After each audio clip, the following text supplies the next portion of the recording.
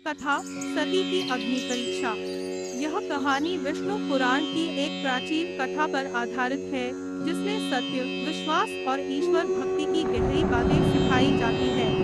यह कथा राजा हरिश्चंद्र और उनकी पत्नी सती की है, जो सत्य के मार्ग पर चलने वाले महान नायक माने जाते हैं।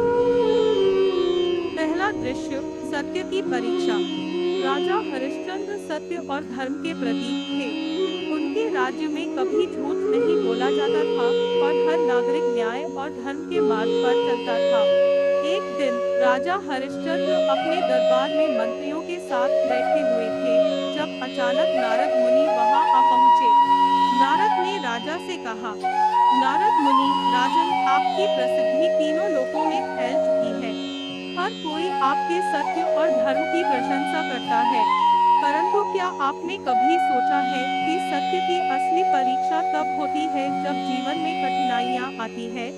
राजा हरिश्चंद्र, महर्षि, मेरा जीवन हमेशा सत्य और धर्म के लिए समर्पित रहा है।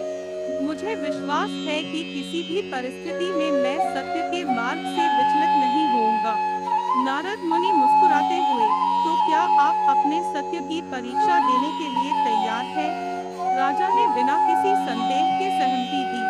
उसी क्षण नारद मुनि ने एक दिव्य चमत्कार किया, जिससे राजा की संपत्ति, राज्य और सत्ता सब कुछ गायब हो गया। राजा और उनकी पत्नी सती को दरिद्रता का सामना करना पड़ा। सती, स्वामी, क्या हो गया? हमारा राज्य, हमारी संपत्ति सब कहाँ चली गई?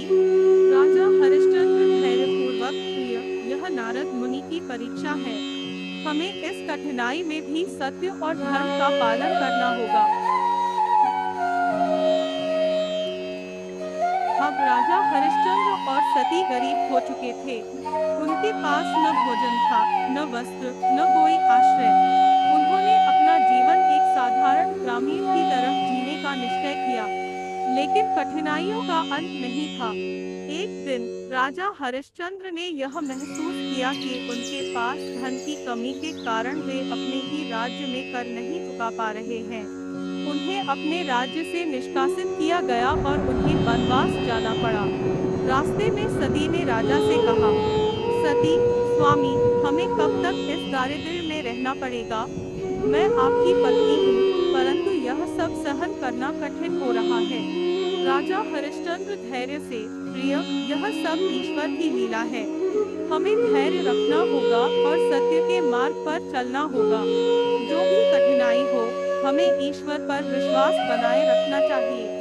सती ने राजा के इस उत्तर को स्वीकार किया और अपनी पीड़ा को सहन करते हुए आगे बढ़ने का निश्चय किया।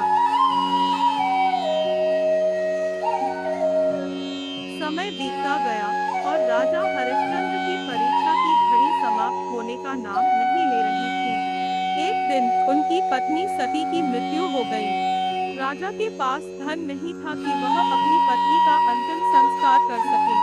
यह देखकर राजा हरिश्चंद्र ने श्मशान के रक्षक से विनती की, राजा हरिश्चंद्र, मेरी पत्नी की अंतिम क्रिया करने की अनुमति दे, परंतु मेरे पास धन नहीं है।